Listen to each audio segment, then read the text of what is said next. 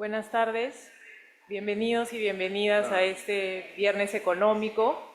El tema de hoy es desafíos políticos y económicos en contextos de crisis, Argentina versus Perú. Hoy tenemos tres expositores. El primer expositor es César Martinelli. César Martinelli es PhD en Economía por la Universidad de California en Los Ángeles y licenciado por la PUC. Es profesor titular de Economía en George Mason University, Fellow de la Econometric Society y de Economic Theory. Anteriormente se desempeñó como docente en el Instituto Tecnológico Autónomo de México y en la Universidad Carlos III de Madrid. Fue profesor visitante en la Universidad de Chicago. Sus investigaciones recientes abordan corrupción electoral, elecciones como rendición de cuentas, control de precios y competencia en mercados con pocos participantes. El segundo expositor es Waldo Mendoza. Él es profesor e investigador en el Departamento de Economía de la PUC y miembro del Consejo Directivo del Consejo Fiscal. Ha sido miembro del directorio de la SUNEDU, ministro de Economía y Finanzas, presidente del Consejo Fiscal, miembro del directorio del BCRP y viceministro de Hacienda en el MEF. Tiene varias publicaciones, la última es Constitución y Crecimiento Económico, Perú, 1993-2001. Y el tercer expositor es Óscar Dancourt. Óscar Dancourt es doctor en Economía por la PUC, es profesor principal del Departamento de Economía de la PUC, donde también ejerció como jefe. Ocupó roles directivos en el Banco Central de Reserva del Perú, del cual ha sido director, vicepresidente y encargado de la presidencia. Sus temas de interés giran en torno a la macroeconomía y economía monetaria. Sus publicaciones recientes abordan políticas cambiarias y monetarias en América Latina y la experiencia del desarrollo bancario en el Perú. Entonces, antes de empezar, les voy a decir brevemente cuál va a ser la dinámica de hoy. Cada expositor va a tener 25 minutos para su presentación. Después tenemos un tiempo para que cada expositor pueda hacer comentarios también. Y finalmente vamos a tener un espacio para preguntas del público. Antes de iniciar, como hoy es aniversario del golpe del 5 de abril del 92, vamos a transmitir un video que han preparado los participantes del evento.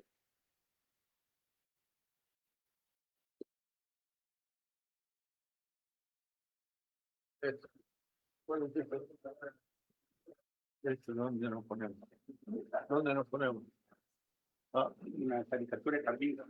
Eso estará bueno. ¿Ah?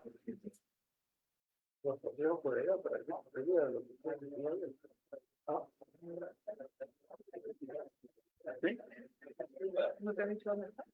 Yo vivía, ¿no? Aquí se vive. No. Sí, pues, por lo menos nos superemos por allá. Buenos días. Porque nosotros no...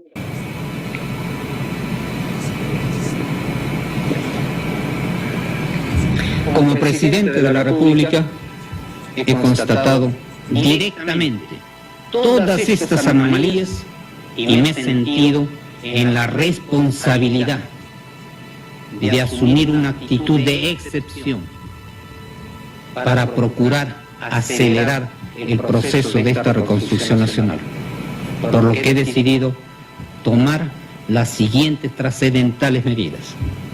Primero, disolver temporalmente el Congreso de la República hasta la aprobación de una nueva estructura orgánica del Poder Legislativo, la que se aprobará mediante un plebiscito nacional. Nosotros sí vamos a atacar la inflación, pero sin el shock.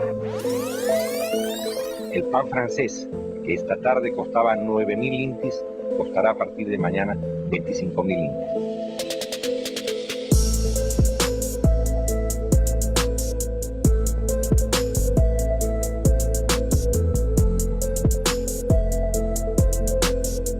Que Dios nos ayude. Bueno, de esto estaremos hablando para que nos cuente qué fue el Fujishock, si es posible que en Argentina se haga algo similar. Argentina se encuentra en medio de una transformación radical. radical de su economía. En los primeros 30 días de presidencia, el ultraliberal Javier Milei devaluó el peso a más de la mitad de su valor, decretó un paquete de 300 reformas y envió al Congreso un megaproyecto de ley que otorga superpoderes legislativos al gobierno hasta finales de 2025. Milei busca desregular la economía, aumentar la recaudación y ajustar gastos. El nuevo presidente de Argentina ha heredado una economía en crisis. La pregunta es, ¿logrará Milei cumplir sus promesas, levantar la economía del país y mejorar la situación de los argentinos? Como ya nos habrán escuchado decir, en los últimos 123 años la Argentina tuvo déficit fiscal en 112 de ellos. El déficit fiscal y la lucha contra la alta presión fiscal son para nosotros la madre de todas las batallas, son la causa de la pobreza y del estancamiento de los últimos 100 años. Cortamos con la emisión monetaria, que es la única y probada causa de la inflación, y a través de un ambicioso programa financiero avanzamos con el saneamiento del balance del Banco Central. Hemos avanzado en la reducción del gasto público más profunda de nuestra historia, haciendo un recorte de 5 puntos del PBI en tan solo un mes. Redujimos el gasto primario del Estado Nacional en 40% en términos reales, donde dicho resultado surgió de eliminar la obra pública, reducir el 98% de las transferencias a las provincias, reducir los ministerios a la mitad, echar empleados públicos fantasmas, eliminar planes sociales a personas que no lo necesitaban, terminar con los intermediarios de la pobreza y reducir al mínimo la flota de autos, asesores y teléfonos celulares.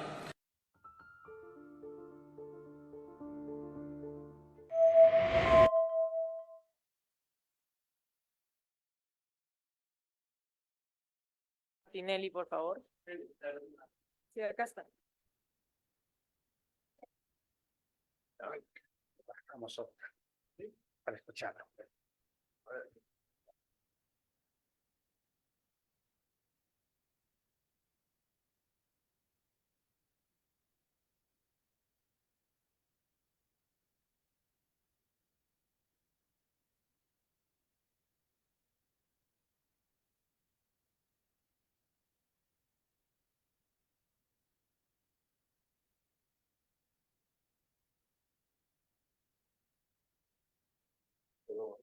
¿Utilizar esto?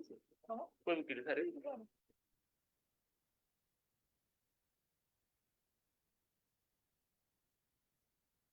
Bueno, antes que nada, gracias por estar aquí.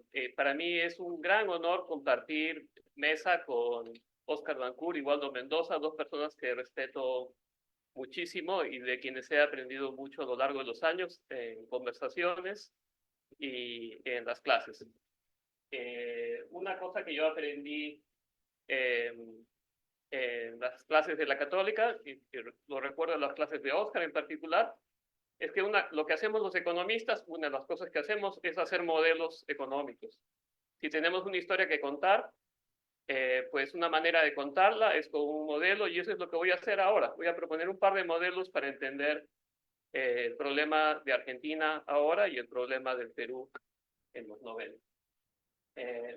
Si lo dijera en una línea, voy a decir, y para acabar con las cosas nice, vamos a comenzar a decir cosas no tan nice. La estabilización no es solamente un problema técnico, sino que refleja un conflicto social y refleja asimetrías de información importantes entre lo que saben los gobiernos y lo que saben los ciudadanos. Incorporar esos elementos que no son tradicionales en modelos macroeconómicos nos puede ayudar a entender el conflicto que se refleja en la lucha política sobre la estabilización.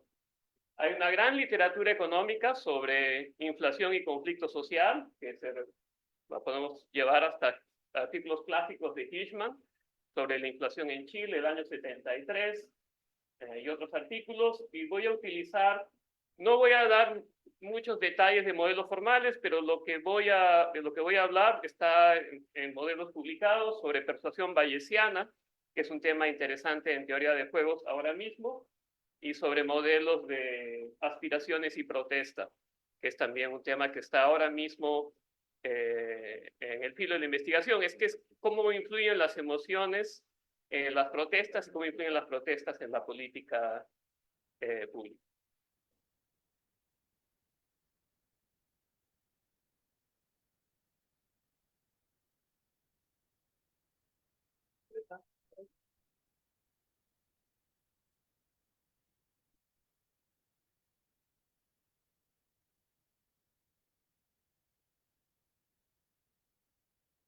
Perfecto. Entonces, esto es en 3 ideas, lo que voy a decir. Primero, esto es son los elementos del modelo. Un gobierno, puede ser la Argentina o puede ser el Perú, en las situaciones en las que estaba el Perú en el 90 o la que está en la Argentina ahora, podemos clasificarla como una bancarrota. Entonces, el gobierno tiene un conjunto de obligaciones explícitas o implícitas. La deuda pública, que típicamente es una obligación explícita y puede incluir un servicio de la deuda externa, pensiones, salarios de trabajadores públicos, subsidios que pueden ser de alguna manera contratos implícitos con sectores de la ciudadanía. Una segunda idea que voy a proponer es la vieja idea monetarista, pero vamos a elaborar sobre ella. La inflación es resultado de un problema, idea monetarista a la Sargent, es resultado de un problema fiscal corriente o anticipado. O ahora mismo o en el futuro se espera que esas obligaciones, incluyendo esas obligaciones implícitas, excedan los ingresos si es que no hubiese inflación. El detalle aquí es que esas obligaciones fiscales no están escritas en piedra. Típicamente en los modelos monetaristas, y yo mismo he sido culpable de hacer esto en un trabajo sobre el Perú, consideramos la restricción presupuestaria como escrita en piedra. Estas son las obligaciones del gobierno, esta es la deuda, etc. Pero la realidad es que esas obligaciones están sujetas a incertidumbre por varias razones. Los planes de estabilización típicamente implican el incumplimiento parcial de esas obligaciones. Y eso puede consistir en renegociar la deuda, amenazar a los acreedores externos, plea bargain, y conseguir reducciones en la deuda, reducción de pensiones, que es algo que no hemos visto en la Argentina, y lo prometió Milei en la campaña, prometió que no iba a reducir las jubilaciones, por lo que, como conocemos a los políticos, sabemos que eventualmente pasará, eliminación de subsidios, despidos masivos, etc. Como existe esta posibilidad de incumplimiento parcial y como hay varias maneras de hacer este incumplimiento parcial, existe un conflicto social sobre los planes de estabilización. Ese conflicto social también genera incertidumbre porque puede descarrilar la estabilización. En la Argentina ya ha habido un caso de un presidente que tuvo que evacuar el Palacio de Gobierno en helicóptero. En el Perú no hubo helicóptero, pero ha habido incidentes parecidos. ¿Cómo puede el gobierno reducir la protesta? ¿Cómo puede manejar la protesta como parte del plan de estabilización? Voy a proponer 2 modelos diferentes. Y voy a decir que uno de ellos se parece más a lo que fue el Perú y otro más a lo que parece ser la Argentina. Voy a hablar de un modelo de persuasión sobre consecuencias de la estabilización y un modelo de disuasión vía manejo de expectativas. Entonces, este es un modelo muy sencillito de persuasión. Y voy a dar los elementos del modelo y después contar por qué creo que esto ajusta a Fujimori. Entonces, supongamos que hay 2 jugadores, uno es el gobierno y otro es un grupo de interés. El gobierno da cierto peso a ese grupo de interés y tiene 2 opciones de reforma fiscal. Una de ellas es atender la deuda externa, en el caso del Perú eso fue parte del arreglo, e incumplir con ese grupo de interés, incumplir con obligaciones con sectores de la población, o atender ese grupo de interés y desconocer, recortar el pago de la deuda, lo que entonces era la desinserción. Antes de decidir por uno de estos planes, el gobierno puede obtener información privada sobre consecuencias de esos planes. No importa que esto sea verdad o mentira, lo que importa es que esto sea lo que la población cree. Si la población cree que el gobierno tiene información superior sobre las consecuencias de los planes, eso puede ser un factor en la persuasión. Entonces, la estrategia del gobierno es adoptar este plan de estabilización que afecta a este grupo de interés, si es que las consecuencias de adoptarlo no son tan terribles como las consecuencias del plan alternativo, donde la capacidad de persuasión del gobierno depende de lo que la gente cree que son las preferencias del gobierno. Entonces, y podemos cerrar el modelo con qué puede hacer el grupo de intereses: protestar contra este plan, si es que el gobierno adopta este plan, pero la protesta va a ser decreciente en la credibilidad del gobierno al anunciar el plan. ¿Por qué el gobierno puede tener cierta credibilidad? Pues veamos cómo se puede construir esa credibilidad para hacer un shock, como fue el Fujishock, sin protestas masivas. Entonces, en principio, el gobierno puede tener la reputación de estar opuesto a este plan. En principio, el gobierno puede tener un equipo económico opuesto a este plan, o al menos diverso, con distintos asesores que tienen opiniones diferentes sobre lo que se debe hacer. El gobierno puede esperar algunos días antes de anunciar el plan. Entonces, si recuerdan, el Fujishock no fue anunciado el 28 de julio, fue anunciado unos días después. La idea es dar o hacer una debida diligencia o dar la impresión de haber hecho una debida diligencia. ¿Qué más es importante? Suerte. Que hay expectativas de que el plan que se va a adoptar puede mejorar la situación del país porque los términos de intercambio parece que van a mejorar, lo que fue correcto entonces.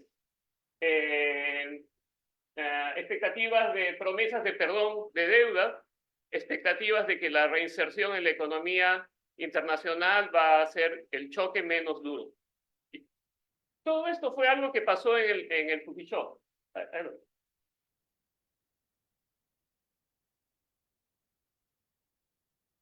Estas son, lo que tienen a la izquierda es la carátula de la República, cuando Izquierda Unida anunció su apoyo a Fujimori en la campaña electoral. A la derecha es un spot publicitario del APRA, anunciando en esa campaña electoral que apoyar a Vargas Llosa significaba un tremendo shock.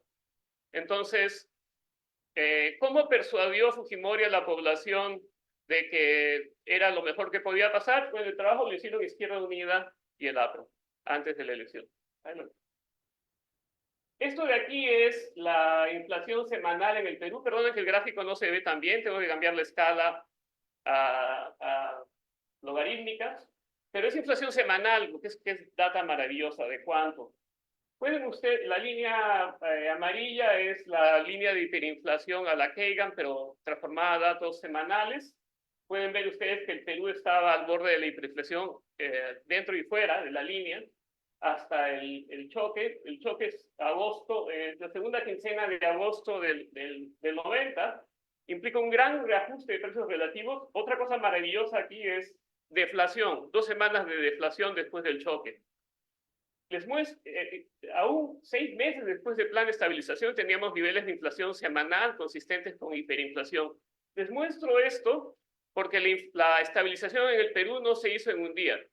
En todo este tiempo hubo una tremenda volatilidad de expectativas porque ni la gente estaba convencida de que la estabilización iba a ser exitosa, ni el gobierno estaba convencido de lo que tenía que hacer.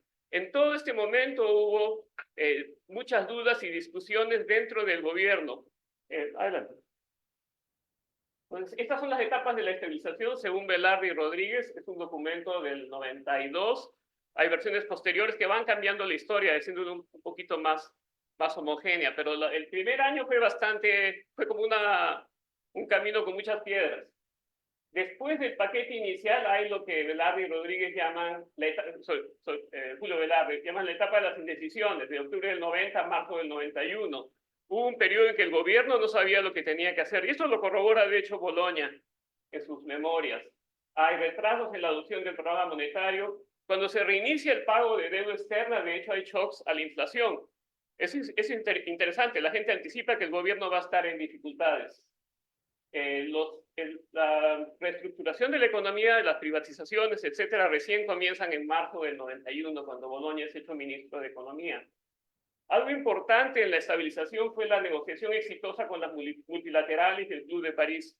Yo no sé si esto es mérito particular del gobierno de Fujimori o tal vez el mérito lo tiene el gobierno de Alan García, como fue el primer gobierno que incumplió pago de deuda con el BID. En el BID no sabían ni siquiera contablemente qué hacer. Estaban aterrados. En ese momento el Perú vuelve al redil. Era importante hacer que las condiciones fueran favorables al Perú. Entonces, nuevamente tuvimos mucha suerte en esa negociación. Entonces, ¿qué necesitamos? Suerte. Es un elemento importante de una estabilización. Este es un modelo diferente. Voy a proponer un modelo diferente. ¿Cuánto tiempo tengo? Estamos bien, ¿eh? 10 minutos. ¿Cuánto? 10 minutos. Voy a proponer un modelo diferente para la Argentina. En este modelo, el gobierno enfrenta un grupo de interés. El gobierno da un cierto peso a la protesta. La protesta puede ser dañina para el gobierno o terminar con el gobierno. El grupo va a protestar si obtiene menos de lo que espera. Hay un nivel de aspiración determinado en equilibrio. Y el gobierno tiene, en este caso, un conjunto de posibles medidas de estabilización, entre las que más dolor ocasionan a este grupo de interés, vamos a llamar a eso cero, y las más favorables al grupo de interés. Las consecuencias de la política son ruidosas, ¿de acuerdo? Pero las consecuencias de la política le dan a este grupo de interés una indicación de lo que el gobierno realmente quiere hacer. Podemos pensar en esto como despidos parciales, señales de aquello que el gobierno quiere hacer. En este tipo de modelos, lo que sucede es que si la gente tiene expectativas muy favorables acerca de lo que les va a pasar con la estabilización, la gente está más dispuesta a protestar. En equilibrio, lo que sucede es que el gobierno va a adoptar una actitud que podríamos llamar aleatoria. La única manera en la que el gobierno puede lograr que un plan de estabilización pase es amenazando, en este caso, con cierta probabilidad de hacer un plan de estabilización mucho peor para el grupo de interés. Es decir, el equilibrio puede involucrar ofuscar, puede involucrar confundir al grupo de interés. Entonces, ¿cómo lograr esta apariencia de una estrategia aleatoria? Aquí nuevamente lo que importa es lo que la gente cree, no lo que realmente va a suceder. ¿Cómo puede disuadir el gobierno la protesta? Anunciar una posición ideológica súper comprometida con el plan más duro posible. Amenazar con un plan muy radical, de manera explícita o de manera implícita. Amenazar con despidos supermasivos, cerrar el Banco Central, dolarizar la economía, etc. En segundo lugar, ofuscar, hacer anuncios ambiguos, en la cual, por ejemplo, tener un gabinete donde hay personas muy radicales y otras más convencionales. Tercero, reducir en el camino la capacidad de organización de los grupos de interés. Por ejemplo, permitir que la inflación reduzca los salarios reales antes del anuncio del plan de estabilización. De hecho, esto pasó en el Perú también. Como pie de página, hubo una enorme reducción en los salarios reales del sector público, lo que debilitó la capacidad de reacción de grupos en el sector público antes del plan de Fujimori. Nuevamente, esa parte de la estabilización se debe a Alan García, que destruyó el aparato del Estado. Pues, la gran pregunta aquí es qué va a pasar con la Argentina. Seguro mis colegas van a decir cosas que sean más sensatas que yo, pero como soy economista igual me voy a animar. Aquí he repetido esta frase que me gusta mucho: es peligroso hacer predicciones, especialmente acerca del futuro, pero pues nunca como economista nos ha detenido esto, así que vamos a hacer predicciones. Primero, nunca va a haber una dolarización completa, no se va a cerrar el Banco Central. Luego, cuando la oposición esté más débil, Milei va a anunciar recortes fiscales más moderados que su retórica, pero muchos peores de lo que ocurren ahora mismo. Como prometió no atacar las pensiones, va a recortar las pensiones, va a unificar y hacer flotar el tipo de cambio.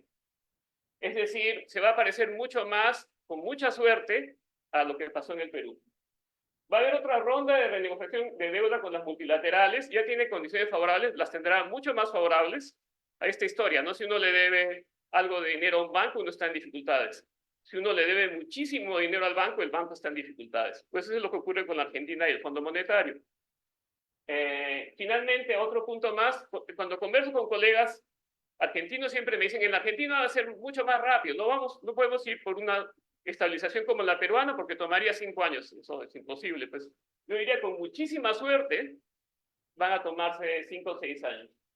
Y el punto final va a ser, encontré esta vieja palabra que me gusta mucho, el bimetalismo, ¿no? Recuerda el oro y la plata. El bimetalismo es cuando ocurren dos, en este caso, en el caso del Perú, dos monedas que circulan, ambas como estándar de valor, en el caso del Perú el dólar y el sol. Ese es el punto final en la Argentina, con suerte. Finalmente, es una cita de Fishman, me la voy a saltar. Fishman decía que la inflación era una manera de retrasar el conflicto social y que a veces terminar con la inflación podía ser más costoso que seguir con ese conflicto soterrado, esa lucha de sombras. Me gusta pensar en esta cita porque lo escribe poquito antes del golpe militar en Chile, solo para recordarnos que hay cosas peores que la inflación. Y bueno, a quienes hacemos teoría de juegos siempre nos gusta nuestro villano favorito, así como en las películas de superhéroes, nuestro villano favorito es Nixon. Nixon tiene dos caras. Aquí voy a recordar dos caras de Nixon que me recuerdan a nuestros dos caracteres hoy. Fujimori tiene algo que ver con Nixon en China. ¿Cómo obtuvo Nixon credibilidad para poder ir a la China, pues era un político famosamente anticomunista. Si un político americano podía ir a la China, no podía ser Kennedy. Tenía que ser el político más opuesto a esta postura. Era quien tenía la credibilidad para hacerlo. Esa es la credibilidad que tenía Fujimori en el momento en que anuncia un plan de estabilización radical el 90. El otro es el loco Nixon. Nixon tenía fama creada por su asesor Kissinger, otro villano favorito, de que estaba loco y tenía el dedo en el botón nuclear, y esto se utilizaba como una herramienta de presión contra la Unión Soviética. No sé si exitosamente, probablemente no. Yo creo que el loco Nixon es una buena metáfora para algunos de los discursos de Milei. En particular, creo que vale la pena que recuerden su discurso en Davos, es una cosa espectacular. Para aquellos que estudian economía, porque anuncia que no existen bienes públicos, no hay externalidades, etc. Así que, ya saben, cuando les pregunten por estos temas en clase, recuerden a Milei. Y nada más, es todo lo que tengo. Gracias.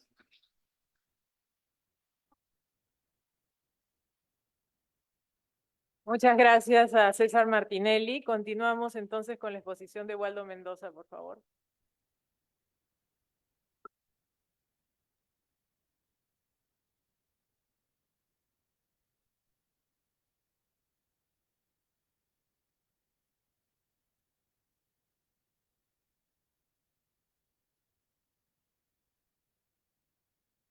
Muy buenas tardes. Las gracias al Departamento de Economía por la invitación. Contentísimo, como César, de compartir con dos grandes amigos y dos enormes economistas. Y muchas gracias a ustedes por venir. La siguiente lámina, por favor. Esta frase la he sacado de The Economist. Según The Economist, Milei, en lugar de estar tonteando en Estados Unidos preguntando, debería preguntar en el Perú sobre cómo hacer políticas de estabilización. Yo creo que tienen razón. Siguiente lámina. Siguiente lámina. Siguiente. No les voy a presentar un modelo como César, es un modelo pero bien básico, bien antiguo, tiene que ver con escritos de fines de los 50, principios de los 60, de dos grandes economistas, Harry Johnson y Robert Munger, este último premio Nobel de Economía. Estos señores decían, si tienes problemas, particularmente en América Latina, problemas externos, la cura está en el mercado monetario. Era un modelo potentísimo, ¿no? Porque era un modelo con una sola ecuación. Y era el modelo que utilizaban los del Fondo Monetario Internacional cada vez que negociaban cartas de intención. La idea es que hay dos mercados de activos. Si en un mercado hay exceso de oferta, por definición, en el otro mercado debe haber exceso de demanda. Munger y Johnson decían, ¿por qué hay exceso de demanda en el mercado de dólares? ¿Por qué el tipo de cambio está subiendo o por qué se están perdiendo reservas? Y su respuesta era, porque hay un exceso de oferta en el mercado monetario. Simple. Diagnóstico fortísimo. Y esto lo juntaban con la emisión primaria para que el Banco Central financie al MEF, es decir, la famosa dominancia fiscal. Entonces, el cuadrado estaba bien armadito, ¿no? ¿Por qué aumenta la emisión primaria? Porque hay déficit fiscal. Si aumenta la emisión primaria, se genera un exceso de oferta en el mercado monetario, sobran soles, esos soles se van a la compra de dólares y el tipo de cambio revienta o las reservas se caen. Así de simple. Por lo tanto, si el problema es fiscal, si el problema monetario tiene un origen fiscal, la cura está en el déficit fiscal, más o menos en la dirección de César o Sario. Entonces, yo creo que el paquete de Fujimori y el paquete de Milei están inspirados en esta ecuación. Es la manera, a mi juicio, como han entendido este problema que teníamos nosotros, elevación del tipo de cambio, pérdida de reservas, y que tenían ellos, elevación del tipo de cambio, pérdida de reservas, y en consecuencia los otros problemas. Siguiente lámina. Siguiente lámina. César ya lo ha reseñado, pero vale la pena recordar un poquito cómo fueron los paquetes en el Perú y cómo fue el paquete en Argentina. Siguiente lámina, por favor. Es una diferencia bien interesante entre el paquete de Fujimori y el paquete de Fujimori, de Milei.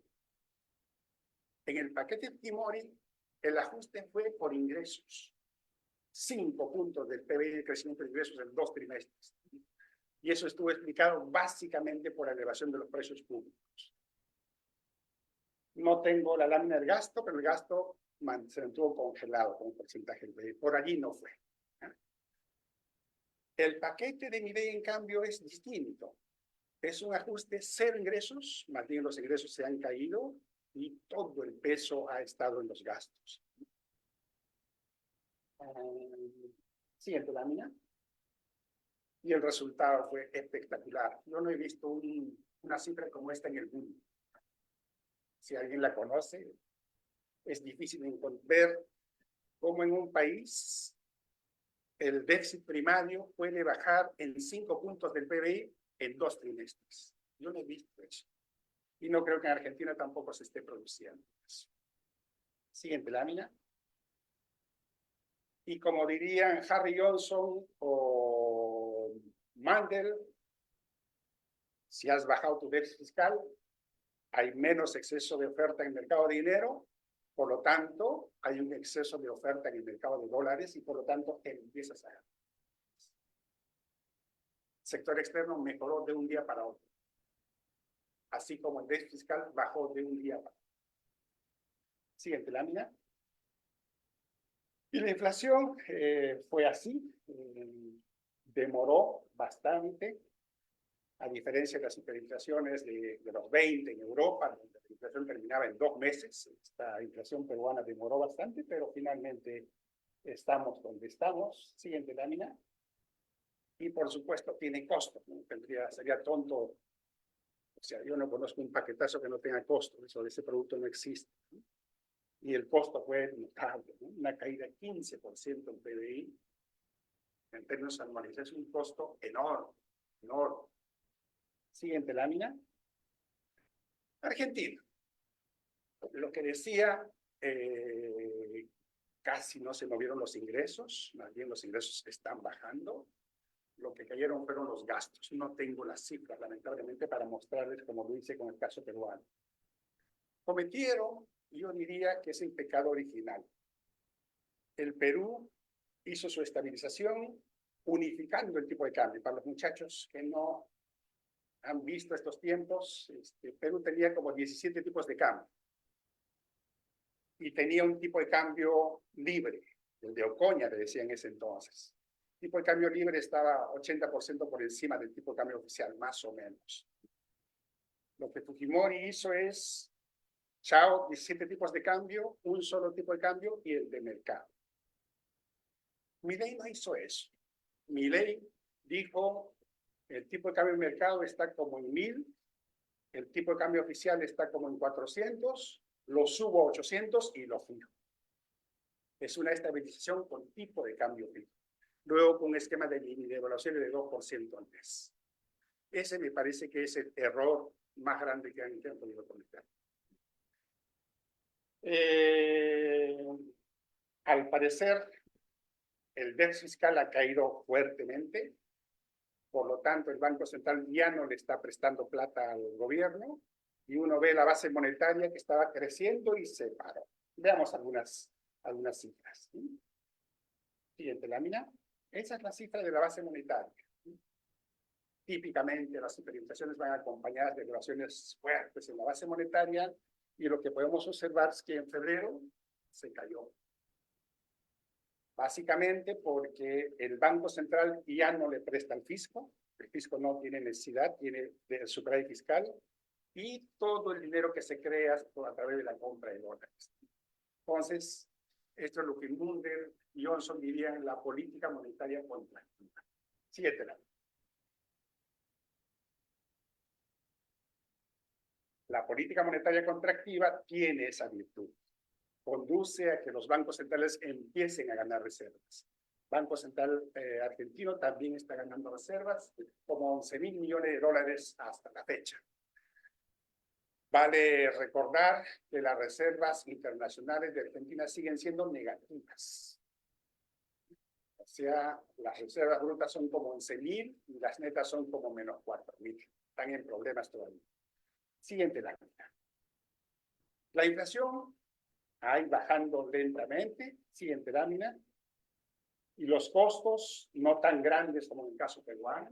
Recesiones de 4%. Siguiente lámina. ¿Cuáles son los tres grandes problemas que tiene Milei? Un problema es fiscal, a pesar que ahora tienen superávits, pero hay varios nubarrones en el camino. Uno, en este mes hay un ajuste sustantivo de tarifas públicas. Eso va a hacer que la inflación dé un saltito otra vez. Dos, no sé si han escuchado a Milei, va a utilizar la motosierra y la licuadora, ¿no? Motosierra recorte gastos y licuadora es simplemente congelar los gastos en términos nominales y la inflación lo hace caer. La caída de la inversión pública ha sido como del 90%, las transferencias a las provincias han caído como en 60%, los pensionistas han perdido como 40%, entonces bien difícil pensar que esos gastos se mantengan en esos niveles tan deprimidos. Además, la información para marzo dice que los impuestos se han caído en un 30% en términos reales. Ingresos cayéndose, gasto público que posiblemente va a tener que subir en el futuro. La situación fiscal no se ve todavía clara. Pero más importante que eso, el problema cambiar. Recuerden que les dije que los argentinos estabilizaron con un tipo de cambio fijo. Lo subieron de 400 a 800 y ahora están subiendo a 2% al mes. Desde la estabilización hasta ahorita, la inflación es más o menos 92%. Desde la estabilización hasta ahorita, la devaluación es más o menos 117%. O sea, en 2 meses más, con una inflación de 10% al mes más o menos, el tipo de cambio real va a estar igualito que con Fernández antes del pacto. Cuando eso pasa, lo que usualmente se observa es la gente empieza a decir cuándo devaluará. Y cuando uno está en ese mundo es un poco complicado escaparse. Si no tienes dólares y la gente tiene expectativas de que el dólar va a subir, ese es un problema enorme. Yo creo que es el problema más importante que tiene Milei. Y sobre los costos sociales, ahí tengo otro párrafo de Economist que me gusta mucho a mí. Los costos son brutales, ¿no? Golpeados por la inflación, se estima que el 50% de los argentinos se encuentran en la pobreza, frente al 38% en septiembre. En términos reales, los salarios han retrocedido en 20 años, etc. Si tuviese que apostar, yo diría que la estabilización de Milei va a demorar más que el de Fujimori. A propósito de lo que César acaba de decir. Yo creo que van a tener problemas en el camino antes de estabilizar. ¿Qué dirían estos grandes, Mundell y Johnson? ¿Qué recomendarían? Fiscal, ya no hay mucho más que hacer, ¿no? Yo creo que deberían devaluar, con todas las consecuencias que eso tiene. Muchas gracias.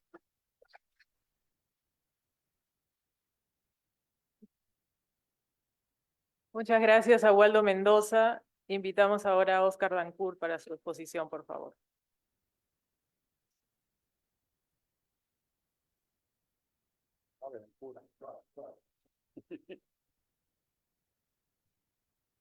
A ver, creo que dejo todo aquí nomás.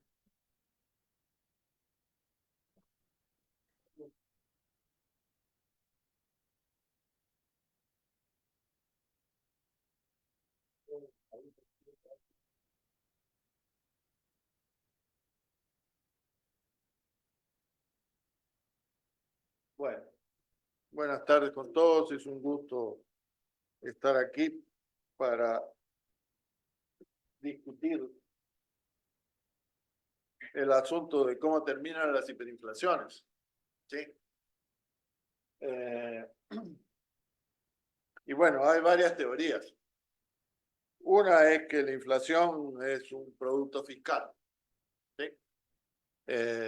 Y cuando se termina el problema fiscal, se termina la hiperinflación. Y la otra teoría importante,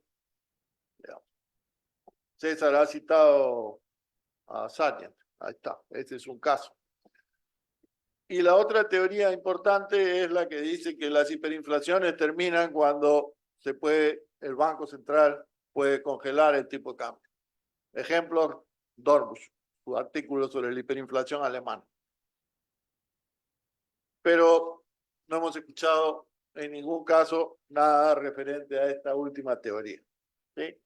Entonces, yo voy a hacer una comparación entre los datos de Perú y de Argentina, el Fukichoki y lo que podemos llamar el plan Milei. Me avisa cuando me queden unos 5 o 10 minutos, estaría bien. A ver, entonces, primero. Segundo, todos los datos que voy a poner de Argentina, salvo un grafiquito, me los ha dado Martín Rapetti. Y me ha dado también su PPT, así que me ha arreglado el problema. ¿Está bien? Me ha resuelto el problema, así que... Y la verdad de la milanesa es que no necesariamente es obvio, pero por muchos modelos que manejen, conocer una economía no es una cuestión de un buen modelo y un par de horas. Tienen que haber vivido ahí, tienen que haber discutido, tienen que haber pasado muchas experiencias para entender cómo funciona. Y no es posible echarle una miradita a los datos de Argentina y decir esto es lo que pasa. Esa es mi opinión. Y lo mismo pasa con el Perú, dicho sea paso, al revés, ¿no? A Dornbusch le gustaba contar una historia de que tenían un macroeconomista que venía a dar charlas, digamos, en América Latina, y cuando estaba en el avión revisaba unos datos. Y entonces Dornbusch le pregunta, ¿y qué datos? Bueno, los que dice mi modelo y todos los demás no. ¿Ahí? Así que si su modelo es que la inflación le explica la cantidad de dinero, solo tienen que ver la cantidad de dinero, nada más, ¿para qué más? Entonces, primero, la inflación, ahí la tienen mensual. Y yo lo que quiero remarcar es que es una cosa sumamente curiosa. Igual pasa con el Fukichoki. Todos estos planes de estabilización antiinflacionarios empiezan subiendo la inflación. Eso es curioso, ¿no? Y aquí lo tienen, igual con Milei, y si quieren ver el Fukichoki, ya los presentó los datos Waldo, pero es lo mismo.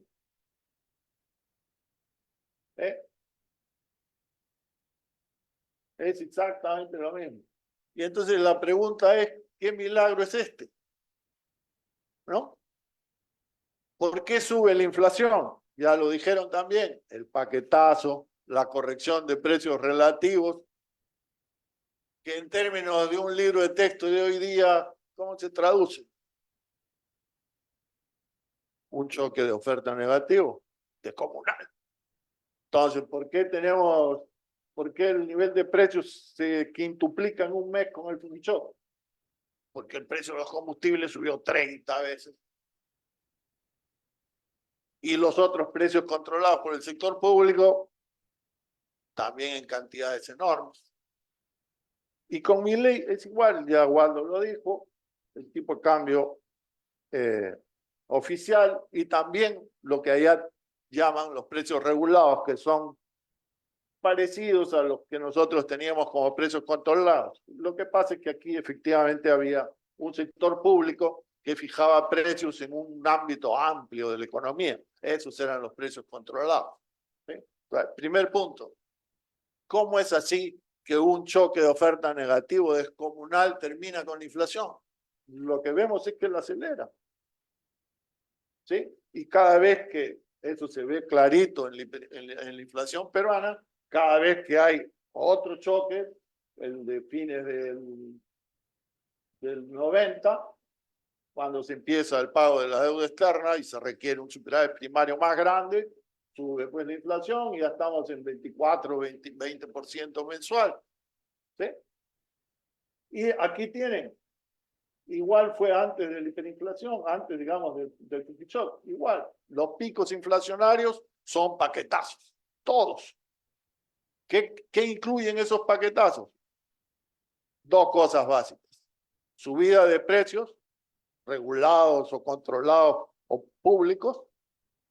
Combustible en el Perú, no había grifos privados, todo era Petroperú, eran ingresos estatales, eso es lo que dijo Waldo. En Argentina, básicamente todo es privado, así que lo que suben los precios porque reducen los subsidios. Y eso es gasto del gobierno.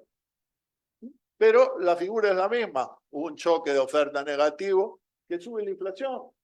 Está fuera de toda duda. Y entonces la pregunta es ¿cómo para? ¿Cómo se frena? Igual que en las hiperinflaciones clásicas, cuando congelan el tipo de cambio y aquí los precios públicos. Ustedes quieren ver cuándo la inflación en el Perú fue menos de 2% o 10% anual, ya para poner el dato. Bueno, cuando el tipo de cambio se congela prácticamente y los precios de los combustibles no suben, 94, 95, antes de las elecciones. Y entonces ahí la inflación es 10% anual. ¿Se puede hacer otra cosa? Sí. El plan de estabilización de Caballo en Argentina no tuvo un paquetazo previo y bajó la inflación en 2 meses. El Perú se demoró años en bajar la inflación a un nivel bajito. ¿Sí?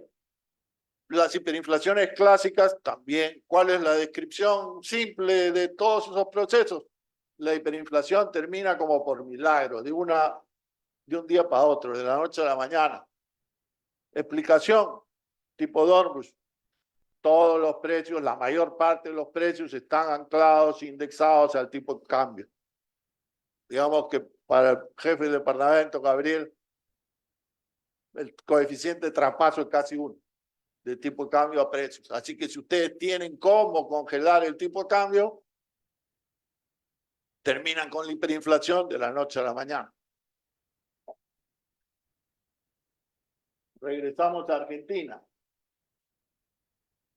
¿Qué implican estos paquetazos, estos cambios en precios relativos? Es curioso que hablen, está en todas partes, aquí también, hay que corregir los precios relativos. ¿Sí? ¿Cuál es la idea? ¿Alguien sabe qué precios están por encima y qué precios están por debajo? ¿Alguien sabe cuál es la estructura de precios correcta? ¿No es cierto? ¿Y en qué consiste la corrección de precios relativos? Básicamente en bajar los salarios reales. Es básicamente aquí, en la China y en la Cochinchina, aquí y en Argentina.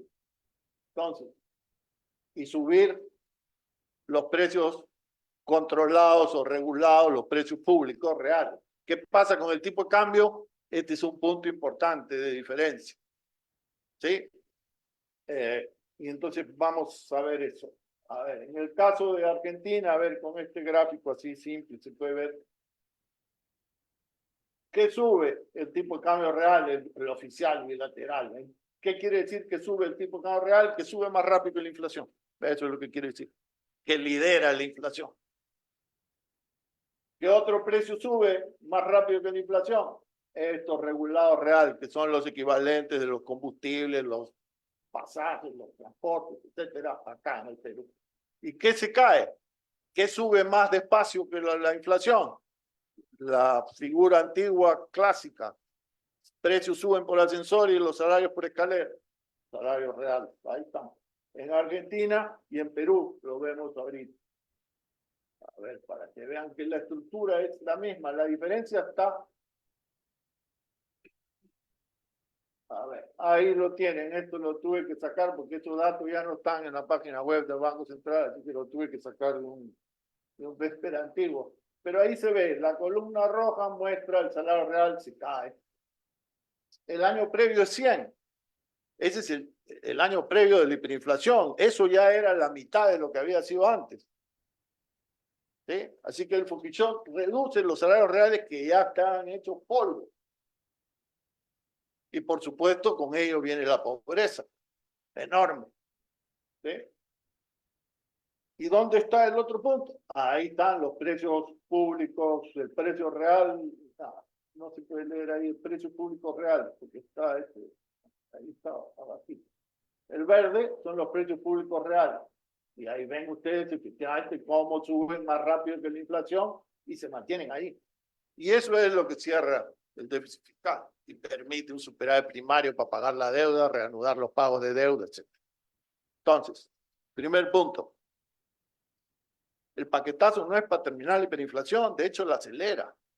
La aceleración de la inflación es para cambiar los precios relativos, para cambiar la distribución del ingreso, para reducir los salarios reales.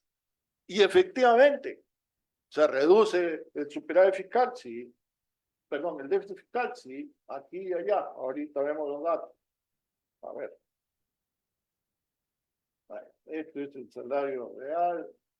Después regreso con el tipo de cambio, que es, yo diría, el punto esencial. A ver, ahí está. Esto es Milei, estos son los datos que quería Waldo, bueno, ahí están. ¿Sí? Ahí tienen su primer superávit primario fiscal, en mucho tiempo. Y aquí tienen los gastos, que efectivamente son los que caen. ¿Saben? En el caso de Perú también sabemos que, ya lo dijo Waldo, no lo tengo que poner quizás, que el superávit primario, acá está, ¿ves?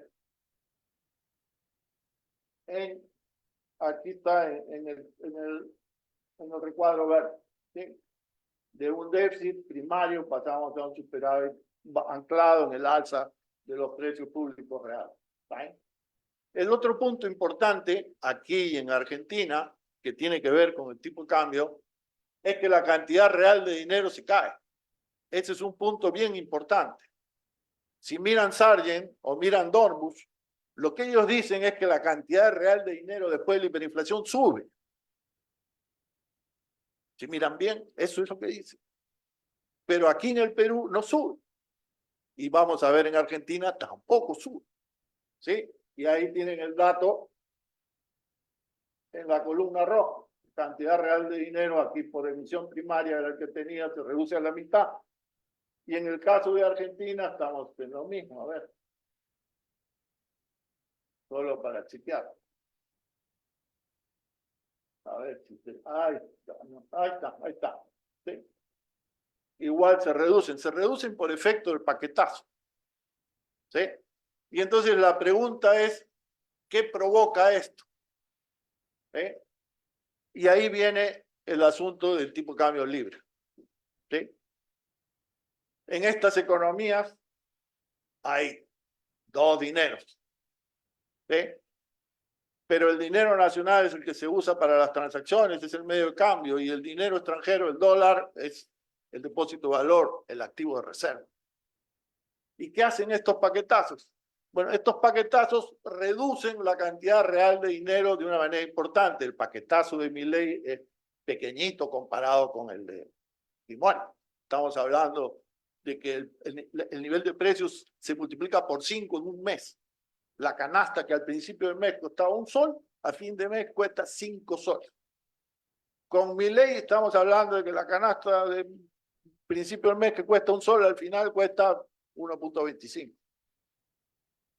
Hay una diferencia sustancial, pero igual la cantidad real de dinero, como se ve en este número, está bajando. Entonces, ¿qué es lo que pasa? Básicamente, al sector privado le faltan soles, le falta moneda nacional para realizar sus transacciones, que siguen siendo denominadas en moneda nacional. Ese es el punto. Y entonces, como haría cualquiera, como haría uno en su modelo ISLM, va y vende bonos. Bueno, en vez de vender bonos, vende dólares, pero si todos van juntos a vender dólares y el Banco Central no los compra, ese es el punto. Ese es el punto.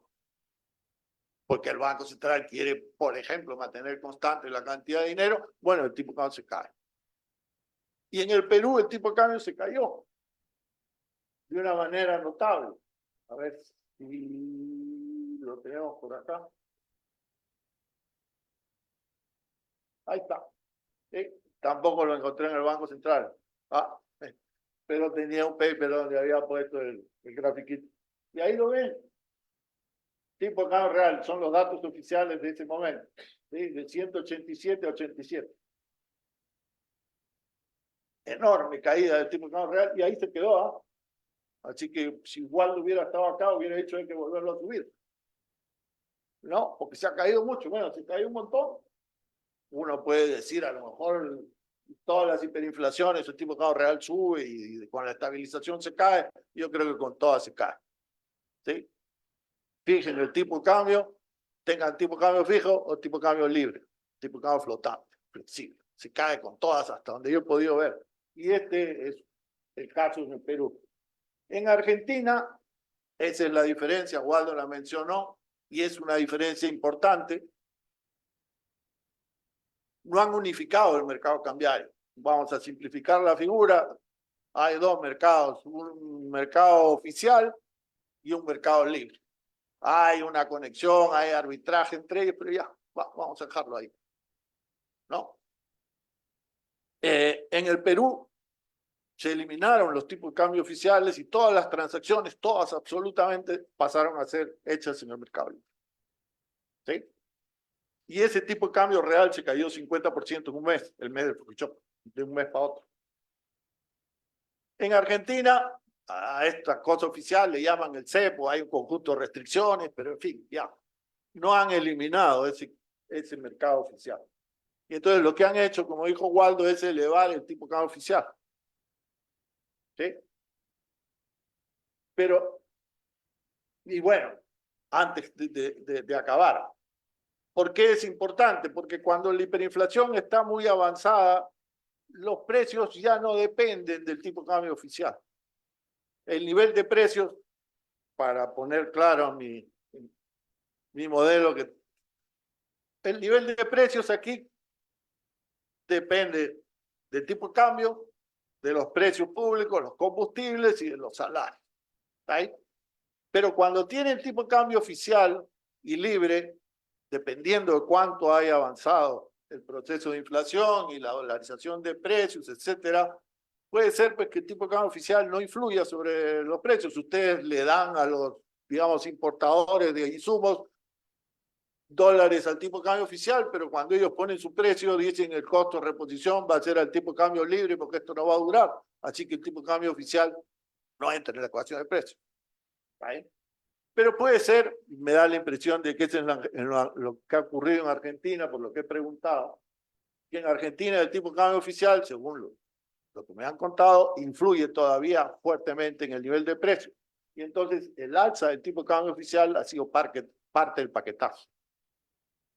Podría haber sido un factor completamente redundante, ¿no? Es una primera cuestión. Y la segunda cuestión importante es que el tipo de cambio libre ha empezado a caer.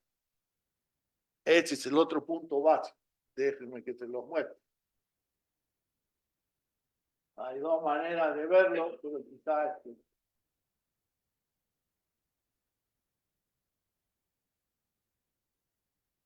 a ver, ¿dónde está el tipo de cambio libre? Ahí está. ¿Sí? Tampoco es que es libre como nosotros entendemos que es libre. Ya hay un montón de detalle institucional que yo no he podido aprender, pero es enorme. Pero ya, ellos tienen un tipo de cambio, este de aquí, que le llaman financiero, y dicen que está muy cerca del blue, pero ya, no van a entrar en detalle. Este es el libre, el azul, y el plomito es el oficial. Y bueno, lo que ustedes ven aquí es que el libre está cayendo. ¿Ay? ¿Qué pasa con la estabilización al fin de las hiperinflaciones? Bueno, todo lo que sabemos es que durante la hiperinflación el sector privado dolariza su riqueza financiera, atesora enorme cantidad de dólares afuera, dentro del país, donde sea. ¿Sí? Debajo del colchón, en la cuenta de Nueva York, lo que sea. Y entonces, Todo el mundo tiene dólares salvo el Banco Central. Eso igualito pasó acá.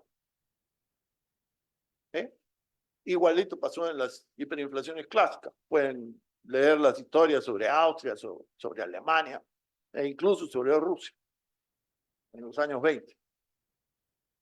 ¿Y qué pasa con el fin de la hiperinflación?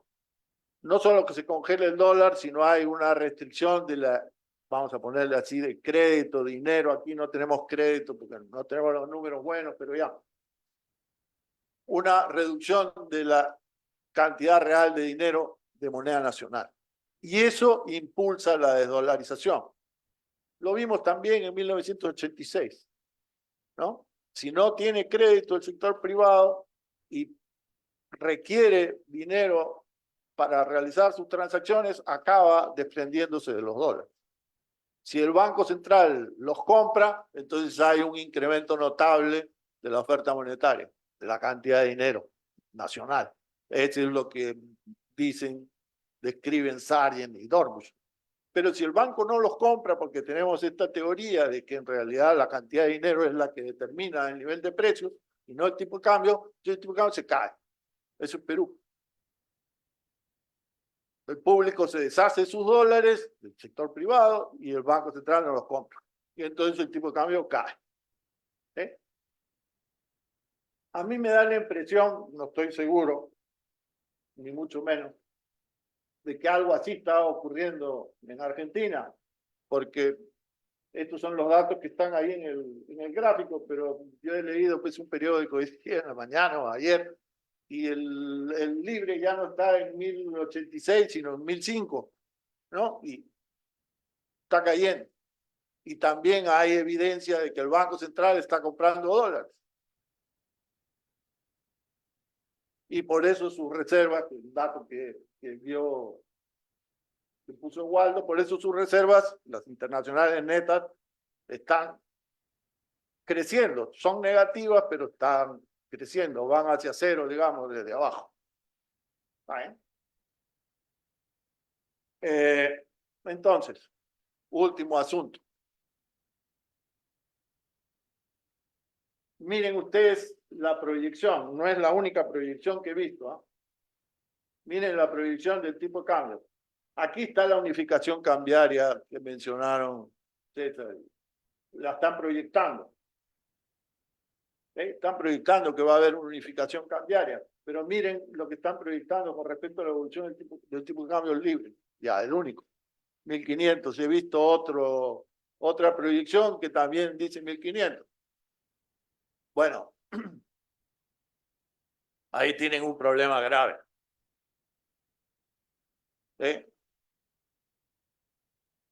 Termino. ¿Todavía tengo algún tiempo? Sí, todavía 7 minutos. Ah, ya, estamos bien, entonces. Entonces, termino con el punto. ¿Cuándo se estabiliza realmente? ¿Cuándo se termina la inflación? Cuando esos choques de oferta persistentes, negativos persistentes, dejan de operar. Uno, en el caso de América Latina, no recuerdo, quizá el único caso parecido haya sido el de Rusia, pero en América Latina un asunto básico ahí es el tema de los precios de los combustibles, digamos, y de los precios controlados, de los precios que tienen que ver con el sector público, de una u otra manera, o porque hay impuestos indirectos, o porque hay subsidios, o porque son de empresas públicas, por lo que sea. Y eso está claro que eso es un ancla del nivel de precios. Lo hemos vivido en el Perú con 25 años de inflación baja, cuando los precios de los combustibles subieron a partir del segundo semestre de 2021, la inflación pasó de 3 a 8. Que si fue externo complicado con factores internos, podemos discutir, pero el punto es que son un ancla básica del nivel de precios en la economía. Y hay evidencia a montones sobre eso. ¿Cuáles son los coeficientes de traspaso en todas las economías emergentes de combustibles a índice de precio al consumidor? Más grande que en los países avanzados. Ahí están los estudios de fondo. Y con el tipo de cambio es exactamente igual. Ahí están los estudios sobre coeficientes de traspaso en 80 países emergentes. Montones de estudios, hechos muchos acá. Y entonces, si ustedes no congelan el tipo de cambio, los precios de los combustibles no tienen inflación baja. Es como si me dicen, mañana el precio del dólar va a subir a 8 soles, pero la inflación no va a subir. Bueno, no sé quién va a creer eso, capaz alguien en el Banco Central, pero fuera del Banco Central nadie. Nadie. El punto simple es ese. Y no es una cosa nueva, se conoce hace mucho tiempo.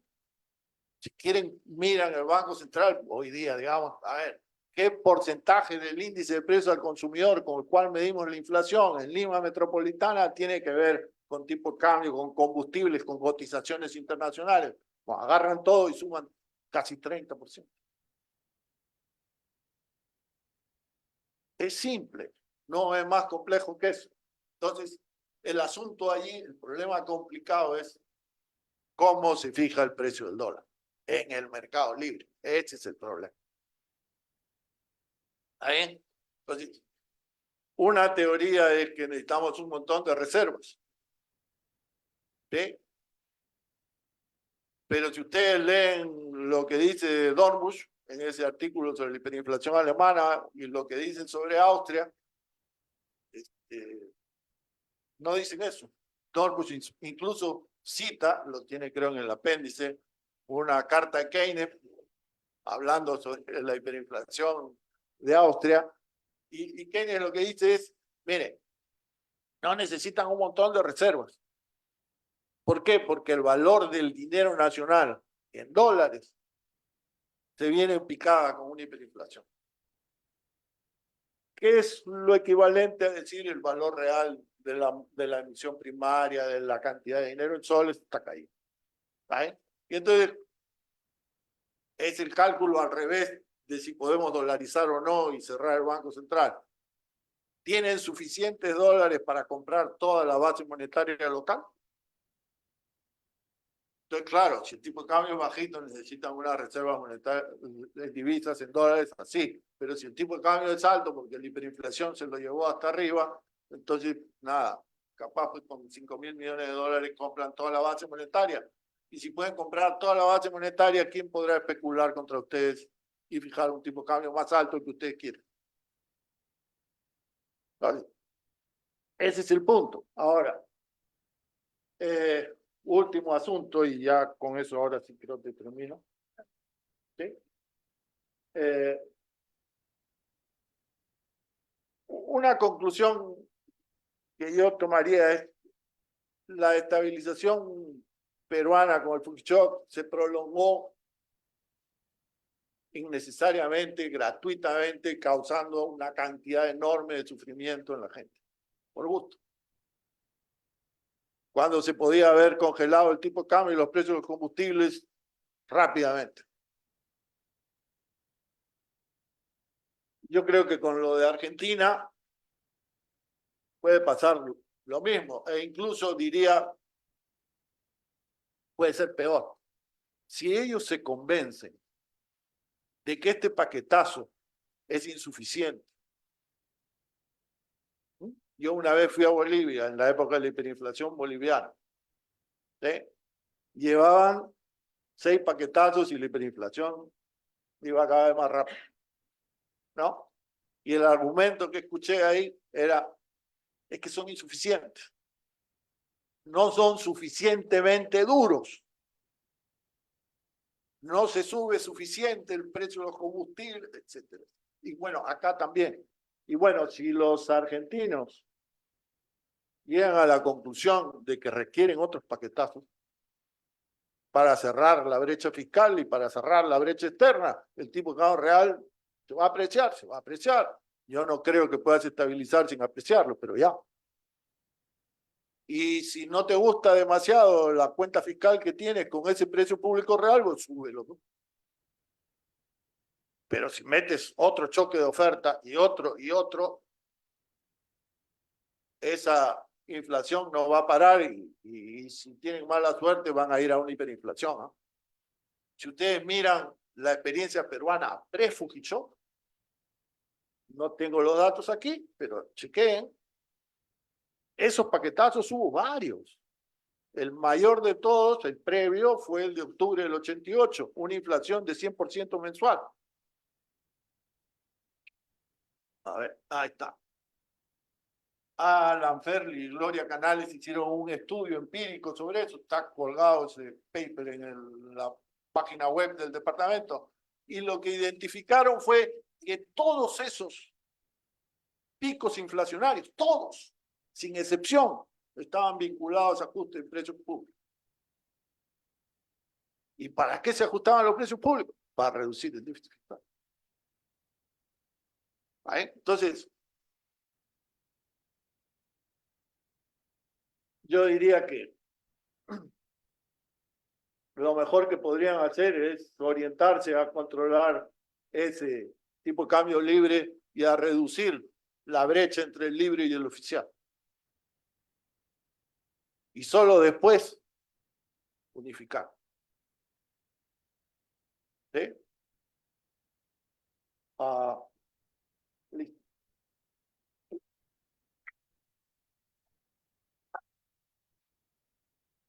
Muchas gracias a Oscar Dancourt.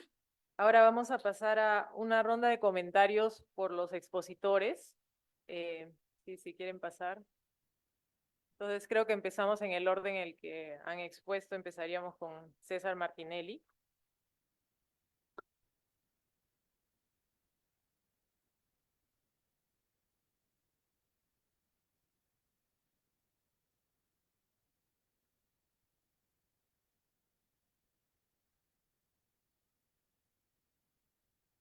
Ahora que estábamos conversando de precios controlados y tipos de cambio múltiple, estaba recordando el tiempo que trabajé. Yo venía aquí a las clases y luego me iba a trabajar al Banco Central. Así que trabajé un tiempo en el Banco Central durante la hiper. Y sí, trabajaba en una oficina que manejaba los tipos de cambio múltiples que mencionó Waldo. No me acuerdo si eran 17. Había los 17 y el único, porque había el mercado único de cambio y los otros 17. Entonces, en esa oficinita decidíamos cada transacción que llegaba al Banco Central, si la transacción era legal o no, y cuál era el tipo de cambio. Y después, por la tarde, cuando llegaba la quincena o la semanal, sacábamos nuestro sueldo inmediatamente en soles y lo cambiábamos al tipo de cambio de la calle, a la espalda del Banco Central, en el Girón Ocoña. Entonces, esos tipos de cambio múltiples eran el resultado de un intento de hacer justo lo que decía Oscar, era tratar de parar la inflación controlando los precios. No solamente eran los tipos de cambio múltiples, que además provocaron una enorme corrupción en el banco, de la cual no voy a hablar, pero no solamente eran los tipos de cambio múltiples, sino también los precios controlados. Entonces había controles de precios de muchos productos, no solamente los precios que fijaba el propio gobierno, sino también intentos de controlar, por ejemplo, me acuerdo el precio del pan, fue un caso interesante. Aprendí mucha economía entonces, porque cuando se fijó el precio del pan, comenzó a cambiar el contenido del pan y el tamaño del pan. Entonces, lo que sucede cuando intentamos utilizar con fines macroeconómicos precios, estamos afectando precios relativos y provocamos muchísimas distorsiones en el manejo de la economía, provocamos corrupción, provocamos una serie de problemas de oferta que vivimos, que fueron interesantes. Es el material con el que sigo trabajando y sigo pensando como economista. Entonces, esas distorsiones que ocasionan los precios controlados ocurrieron por un intento justamente de parar la inflación durante el primer gobierno de Alan García, utilizando como herramienta los precios.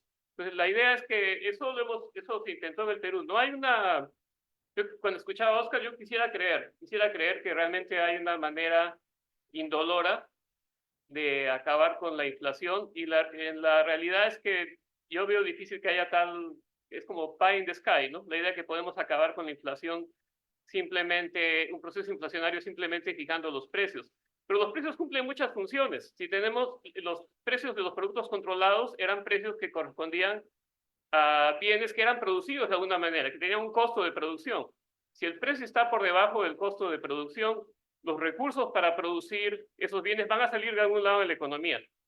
Si realmente pudiéramos controlar la inflación simplemente controlando los precios, sería muy fácil. Vamos a fijar todos los precios a cero.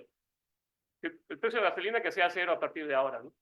Que es en realidad lo que puede suceder si tenemos una inflación descomunal y intentamos mantener los precios controlados. Entonces, en la realidad, incluso los procesos hiperinflacionarios clásicos incluso estuvieron vinculados a conflictos sobre pago de deuda, por ejemplo. El caso de la inflación en Alemania fue por las reparaciones de las que habla Keynes. Y ya está, eso es todo lo que tengo que añadir sobre. Se me quedan algunos temas en el tintero sobre conflicto e inflación, pero ya será para otra ocasión. Ok, gracias, César Martinelli. Proseguimos con los comentarios de Waldo Mendoza, por favor. Gracias, Patti.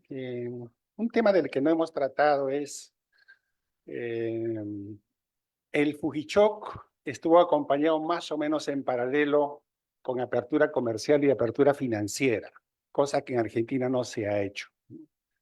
Yo creo que eso facilitó la estabilización. La apertura comercial, si sabemos que casi el 80% de las importaciones son de insumos y bienes de capital, es un choque de oferta favorable para la economía.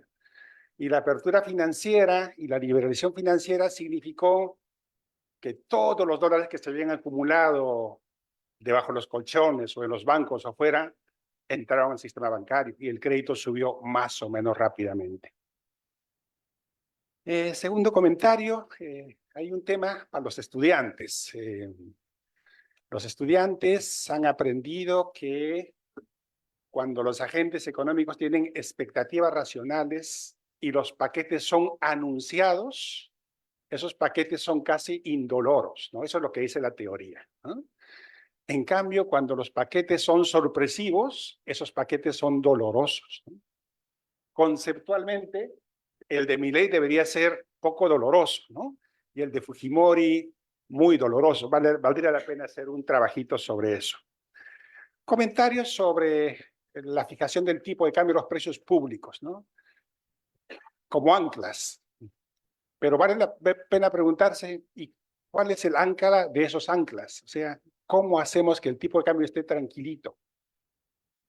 Volvemos a la política monetaria contractiva o la política fiscal contractiva. No hay otra manera, a no ser que tengas un montón de dólares. Si no los tienes, la receta es política fiscal contractiva, política monetaria contractiva, y de esa manera tranquilizas el dólar. La gasolina, antes del Fujichoc, un galón de gasolina costaba como 1 litro de Coca-Cola. Está clarito que esos precios relativos estaban locos, ¿no es cierto? Entonces había que multiplicarlo por 30, pues no había otra manera, ¿no? Tercer comentario, o cuarto, hay un problema que no hemos contemplado acá. Los servicios de la deuda que se le acercan a Argentina son enormes, enormes. O sea, no van a haber reservas que aguanten esos pagos, ¿no? O sea, si Argentina no tiene un acuerdo con el fondo, con los acreedores, no hay nada que hacer. O sea, no van a conseguir el superávit público que necesitan para pagar esos servicios, ¿no? Entonces, la vida de Milei depende del Fondo Monetario. Último comentario, posiblemente por el paquetazo de hace muchos años, hoy el Perú tiene las reservas internacionales como porcentaje del PBI más altos casi del mundo, tiene la deuda pública como porcentaje del PBI el más bajo de América Latina, y quizá por eso cambiamos presidentes y nada se mueve y el tipo de cambio tranquilo. Tenemos una presidenta como la que tenemos, no pasa nada con el tipo de cambio. Muchas gracias. Gracias a Waldo Mendoza. Continuamos ahora con los comentarios de Oscar Dancourt. A ver. El último gráfico. Ese lo traje por si acaso.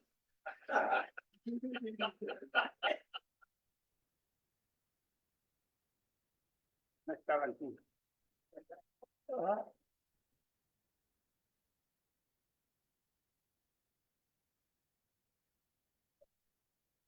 La titularidad. Los dos son recontra- El último, que debe estar oculto, pero ya. Los dos son recontra-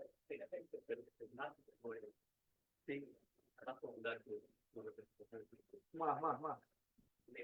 Hasta el final, hasta el final. Que dice que está oculto, pero con el PPT cambian de. Hay uno después de. Ahí está. No creo que le dimos por esta. Ahí está. Sobre la deuda. A ver, sobre la deuda. Este es el servicio efectivamente pagado de deuda pública en Perú. Ahí. Hasta aquí están durante la hiperinflación. Y eso es a partir del shock. ¿Sí? Fácil. Eso es en realidad uno de los factores fundamentales que explica por qué los precios públicos tuvieron que subir tanto. Porque había que generar un superávit primario grande, porque se había convenido reanudar esos pagos de deuda, ¿no? Lo que digo que a pesar de los errores de no usar las anclas, después regreso sobre eso, de no usarlas rápido, la desinflación posterior lenta fue compatible con ese notable incremento de los pagos por deuda, del 5% de las exportaciones a 20% de las exportaciones, y teníamos un déficit comercial. Lo que es verdad es que el contexto externo fue muy favorable en términos de la tasa de interés gringa, ¿sí? En particular. Pero yo diría que el grueso de lo que podemos llamar la entrada de capitales fue desdolarización del sector privado local al principio, ¿no? Segundo asunto, yo no estoy discutiendo de control de precios microeconómicos en este sector, en este otro sector, no, estoy discutiendo de las anclas a nivel macroeconómico del nivel general de precios. Y lo que digo es que en una economía como la peruana, dos de esas anclas básicas, igual que en Argentina, son el tipo de cambio nominal y los precios, vamos a llamarle así, regulados, controlados, públicos, lo que sea. ¿Sí? Hoy día ese ámbito de precios en el Perú es chiquitito, salvo que tomemos ahí los combustibles porque están con impuestos indirectos, pero ya. Entonces, punto simple es que esas son anclas del nivel de precios y yo creo que todas las inflaciones, todo, digamos, las desinflaciones y los procesos de fin de hiperinflación en América Latina, y hay varios, Bolivia, Perú, etcétera, han ido asociados con el papel de estas anclas. Cuando los gobiernos han podido o querido controlarlo, no siempre pueden, ¿no? Ese es el problema que tú has contado del control de cambios, lo que los argentinos llaman cepo, ¿no es cierto? Una vez que los gobiernos han podido o querido controlar esas dos anclas, y tienen mecanismos, ¿sí? El Banco Central tiene, como dice Waldo, la política monetaria, se usó durante la hiperinflación, se restringió el crédito para que el tipo de cambio libre no se fuera. ¿Sí? Se usó en la hiperinflación alemana para fijar el tipo de cambio, está contada la historia, una restricción crediticia espectacular. ¿Sí? Entonces, tiene o reservas o política monetaria, y con los precios de los combustibles, pues hay otras maneras de cobrar impuestos. ¿Sí? Hay otras maneras. Puedes poner impuestos directos. No todos tienen que ser indirectos. No la mitad de la recaudación tributaria tiene que ser impuestos indirectos.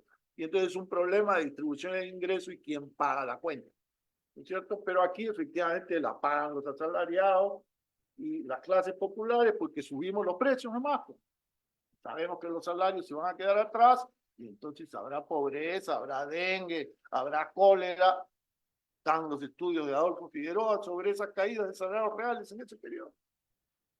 ¿Cuánto se cayeron los salarios reales privados y por bienes públicos. Pero ya, entonces, el punto simple es, se requieren anclas, ¿no es cierto? Y no hay fin de hiperinflación, ni siquiera de inflaciones altas, si esas anclas no entran a operar. Ahora, un problema completamente diferente es si tú quieres controlar los precios del pan, y ese es otro problema. Y los controles de precios es otro problema, yo no estoy hablando de eso.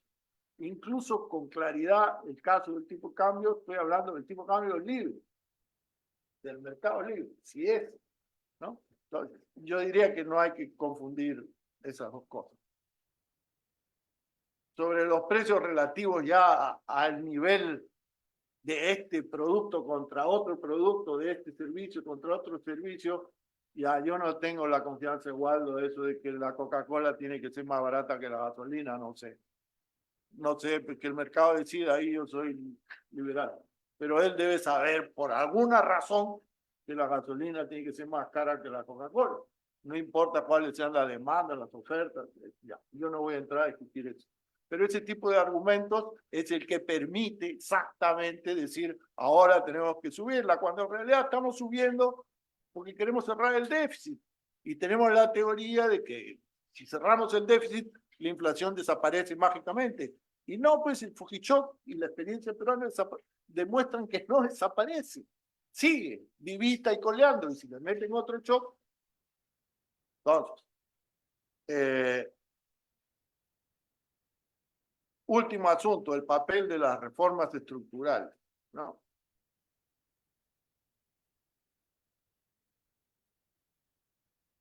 Yo diría que ese es un asunto complicado de probar, ¿no?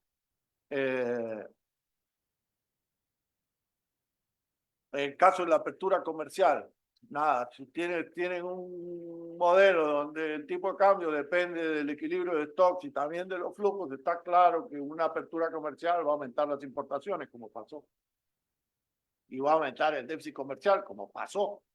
Y si tienen un tipo de cambio libre y estos modelos que tenemos, no me queda claro que todos son exactamente buenos para predecir el comportamiento del tipo de cambio, ahí habrá una presión hacia elevar el tipo de cambio, ¿no? Entonces, ese es un asunto.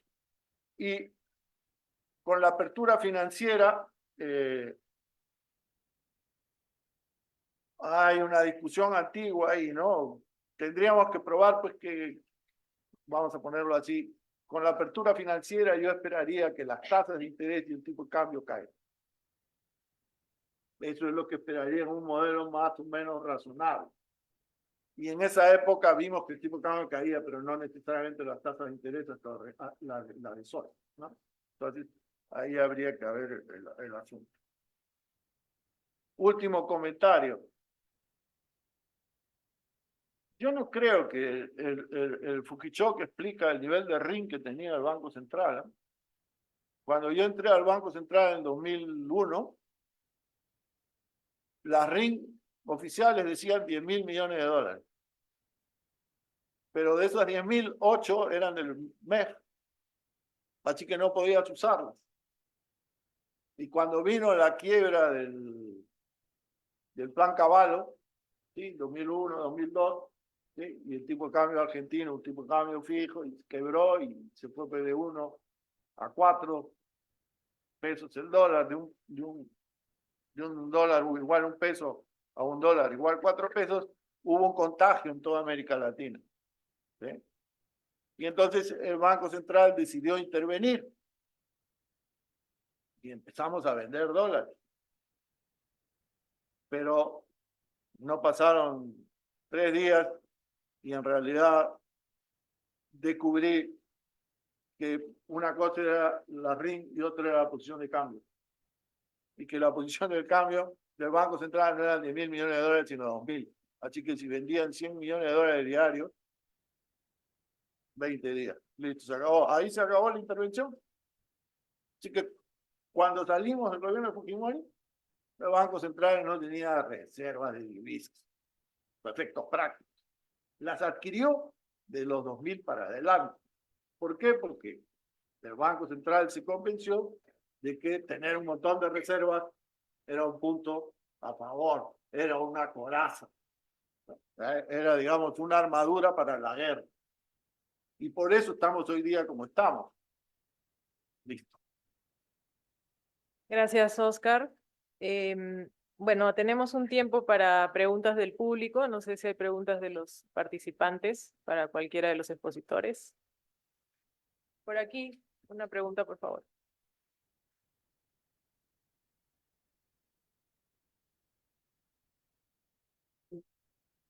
Adelante, Leopoldo. Bueno, buenas tardes. Muchas gracias por la presentación de los tres. Una pregunta para, primero sería Oscar y Waldo y después para los tres. La de Oscar y Waldo. Vamos a suponer que Oscar tiene razón, hay que anclar el tipo de cambio. Es un buen supuesto. Sí, para eso soy economista, para hacer supuestos. ¿Cuál sería entonces, bajo ese supuesto, la explicación para usar el lenguaje de los economistas que a veces es tan vericuetoso? ¿Cuál es la explicación de economía política que impide la solución, ¿no? Porque o sea, yo parto quizás ingenuamente de que cuando hay alguna política económica que uno podría decir eso no está bien, yo parto ingenuamente de que no es la ignorancia lo que está allí, que hay, para usar lenguaje de economistas, problemas de economía política, o sea, intereses, pues.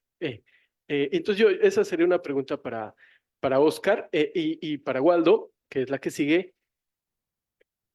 Bajo el supuesto de que tienes razón, Oscar, yo creo que también Waldo ahí también sí tiene un punto, pero bueno, pues ¿cómo hacer eso, no?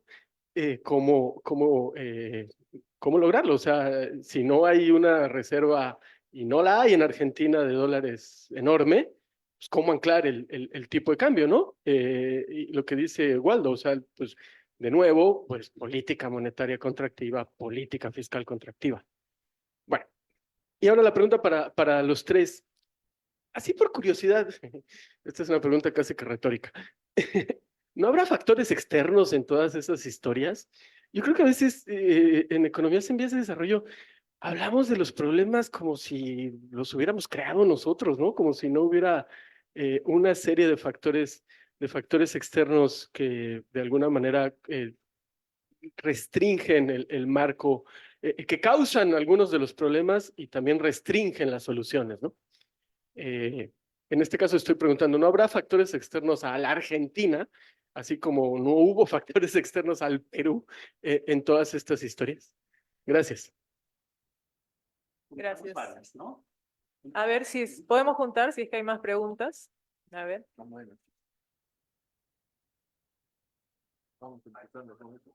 Bueno, sí, por ahora podemos ir empezando a responder. Entonces, Oscar, ¿quieres comenzar? A ver, sobre la economía política, si a mí me preguntaran por qué el paquetazo de Milei es más suave que el de Fujimori, yo diría porque hay un movimiento sindical infinitamente más fuerte que el que había acá. Y tiene una oposición mucho más fuerte, así que tiene que andar con cuidado. ¿Ahí? Sí, eso. Entonces sí creo que los factores de economía política importan, ¿no? Pero también importan las ideas, no solo los intereses, ¿no? Eso lo dice Keynes, no lo digo yo. Y también importa, pues, si tú estás de acuerdo o no estás de acuerdo con un paquetazo. Y si lo que discutió César, si puedes conseguir aliados que están de acuerdo con el paquetazo. Y bueno, pues si los economistas de las fuerzas políticas aliadas tuyas creen que el paquetazo es una buena solución, vas a tener menos opositores y podemos seguir, ¿no? Entonces, esas cosas cuentan. Ya. ¿Cómo anclar el tipo de cambio? Yo creo que la experiencia del fin de las hiperinflaciones es que en todos los casos que yo recuerde, el Banco Central ha podido no fijar, pero digamos ya fijar o controlar el tipo de cambio en el mercado libre sin tener muchas reservas. Y la razón es doble. Una es que la cantidad real de dinero cae mucho, ¿sí? Y entonces con pocas reservas puedes comprar toda la cantidad de dinero nacional que hay. Y en segundo lugar, es un punto bien importante, que el banco no tiene los dólares, pero los dólares los tiene el sector privado.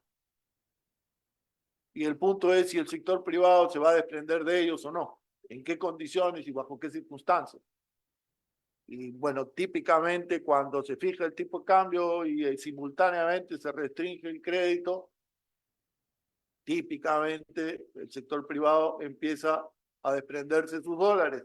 Si el Banco Central no se rehúsa a comprarlos, reconstituye sus reservas rápidamente. Eso dicen Salien y Dornbusch al fin de las hiperinflaciones. Aquí empezó a ocurrir lo mismo, ¿sí?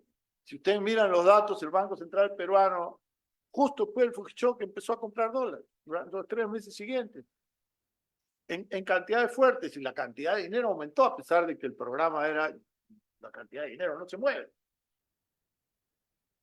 Y la inflación estaba bajando rápido.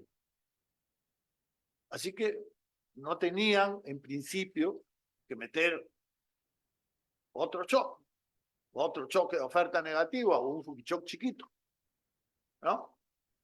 Pero decidieron, ahí vienen pues las ideas, ¿no? Decidieron que si no controlaban el crecimiento de la cantidad de dinero y no generaban un superávit primario más grande, el proceso no iba a continuar. Aunque veían que estaba bajando, ahí están los datos. Entonces, lo que piensan los economistas, en particular los que manejan la política monetaria y fiscal, cuentan, ¿no? Y a veces me parece que no están, digamos, operando con todas las pilas correctas. Lo del contexto externo efectivamente no ha entrado en esta discusión y tiene razón. Para una economía como la peruana es importantísimo, ¿no? Entonces, por ejemplo, cuando se discute cómo se originó la hiperinflación, ¿no? Tienes dos ideas. La idea de que es puramente doméstico, es, digamos, no la mala voluntad exacta, pero, digamos, la estupidez a la N de los gobiernos la que genera la hiperinflación, ¿no es cierto? Sí, la política fiscal, etcétera, etcétera, ¿no? Y bueno, si tú miras América Latina, te dices, pues, ¿y por qué se concentraron todos los gobiernos estúpidos en la década de los 80 en América Latina y no hubo antes y después? ¿O por qué no estuvieron, pues, ¿no? ¿Sí? ¿Cuál es la probabilidad, digamos, no sé, bajita? Y entonces uno mira, pues, el contexto externo, entonces los precios de las materias primas se cayeron en los 80, ¿sí? La tasa de interés gringa estuvo en 18% anual, nunca la hemos visto, la tasa del Banco Central gringo, los capitales salieron, etcétera, etcétera. Entonces, sí importa, pero digamos que en cada caso hay que ver el asunto y ya, listo. Gracias, Oscar. Continuamos con Waldo. Este tema del ancla, volvemos al tema del ancla. Los bolivianos utilizan el ancla. Han fijado el precio de los combustibles, han fijado el tipo de cambio, han tenido inflación del 0.5% al año, así que perfecto. Pero hace año y medio que están al borde de una crisis de balance de pagos, todos los días la preocupación es cuándo sube el dólar, su déficit fiscal es de 8% del PBI, su deuda ya es 100%, o sea que se puede, se puede.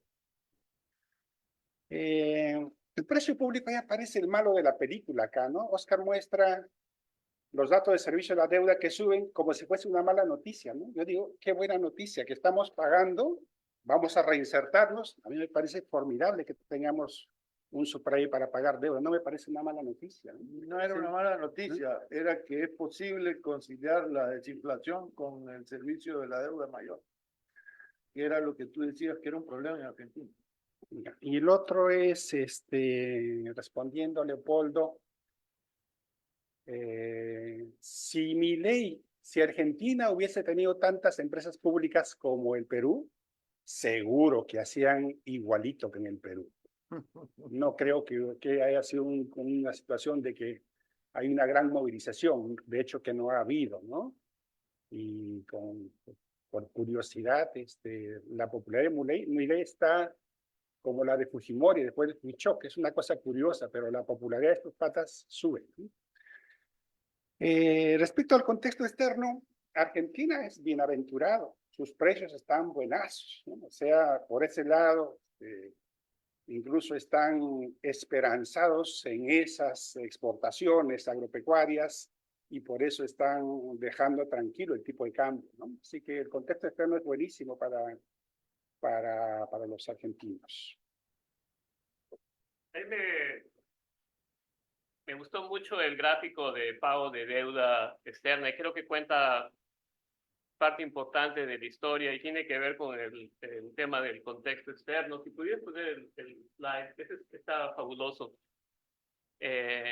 Entonces, el servicio de deuda era muy poquito durante el gobierno de Alan García. Y ahí el tema de las expectativas es súper importante. Entonces, si tomamos un modelo a la Sargent-Wallace sobre inflación, las expectativas de que se va a pagar la deuda pueden ser importantes en determinar la inflación. Entonces, el servicio de deuda podría ser chiquitito, pero en una visión fiscal del problema inflacionario, lo que importa no es que estés pagando poco ahora, sino que los agentes económicos creen que terminarás por pagar y que estás acumulando intereses. Me acuerdo, tuve una conversación interesantísima con un economista argentino, entonces, Adolfo Sturzenegger, me dijo, ustedes los peruanos me hicieron rico. Es que él compró deuda del Perú al precio que se vendía, a 3%, me parece, en la época de Alan García, y la vendió a 100%. Entonces, las expectativas de los agentes económicos pueden ser súper importantes. Y si la expectativa es que la deuda se va a pagar, esa deuda que se va acumulando es presión fiscal sobre el nivel inflacionario. Aquí lo que importa es cuál era el costo para el Perú si era posible no pagar. Y es ahí donde el contexto internacional es importante. Si era posible para el Perú negociar términos más favorables, hacer un corte de pelo como hacen los argentinos de tiempo en tiempo. Entonces, ¿y cuál era la contrapartida de la reinserción financiera? Es parte de lo que el paquetazo de Fujimori vende. Es la idea de que si el Perú está en buenos términos, en términos de pago de deuda externa, puede aprovechar lo que se veía como condiciones más favorables en contexto internacional. Estaba viendo los términos de intercambio, realmente se recuperan después, pero hay que volver a mirar. Los que tengo que están dados por el Banco Central hablan de una mejora del 92, el 93, pero creo que ya desde ese momento se veía como algo que era una zanahoria para el pago de la deuda externa. Ese es el problema que va a tener la Argentina, de hecho, cuando tenga que comenzar a pagar deuda. Entonces, el espacio fiscal que se crea, y creo que en eso estoy de acuerdo con Oscar, había que crear un espacio fiscal.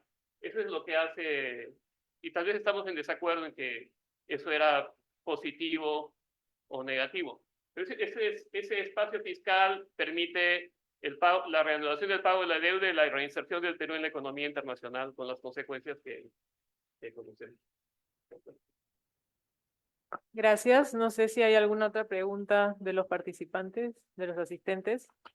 Ese sería un mejor argumento para operar sobre el tipo de cambio. Por ahí hay una, José Tábara.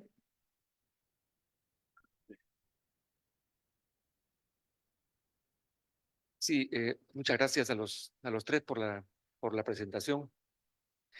Mi pregunta se refiere al horizonte temporal de esos desafíos políticos y económicos, ¿no? Hace 9 años, ¿no? Mark Carney, el gobernador del Banco Central de Inglaterra, pronunció un discurso sobre la tragedia del horizonte, ¿no? Y el impacto de los cambios climáticos en la estabilidad financiera, ¿no? Los temas ambientales no han aparecido para nada en ninguna de sus 3 presentaciones. a pesar de que buena parte de los shocks de oferta que estamos empezando a experimentar se expresan ya en indicadores de inflación, por lo menos a nivel sectorial, y es altamente probable, según los expertos, que sean más intensos en el futuro, ¿no? Keynes decía pues que en el largo plazo todos estaremos muertos, y yo siempre he tenido cierta suspicacia frente al análisis macroeconómico porque se plantea pues un horizonte tan corto que no toma en cuenta esta tragedia del horizonte, ¿no? No sé qué reflexiones tendrían ustedes acerca de la posibilidad de incorporar en la conceptualización de la política monetaria y de la política fiscal este tipo de desafíos. No sé si tienen algún comentario al respecto. Bien, no sé si alguno de los expositores quiere responder. Yo me declaro Leo. Me declaro Leo en el tema. Pero por lo que he visto, la discusión va básicamente por lo que tú llamarías política industrial, ¿no? Hasta donde puedo ver lo que hacen, por ejemplo, en Estados Unidos con respecto a este asunto de los temas ambientales, son políticas industriales, ¿no? Subsidios de esta clase, etcétera, etcétera, etcétera. No sé, y eso supongo que tiene conexión directa con la política fiscal, con la política monetaria no se me ocurre ninguna conexión.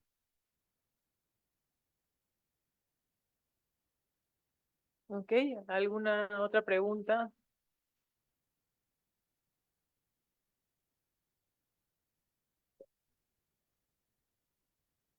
Bien, no tenemos más preguntas, entonces muchas gracias a César Martinelli, Waldo Mendoza y Oscar Dancur por sus exposiciones. Gracias a los asistentes que están aquí presentes y también a los que se han conectado por Facebook o Zoom.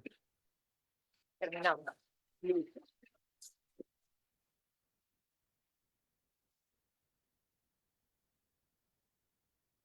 Luego te van a pedir un Spotify.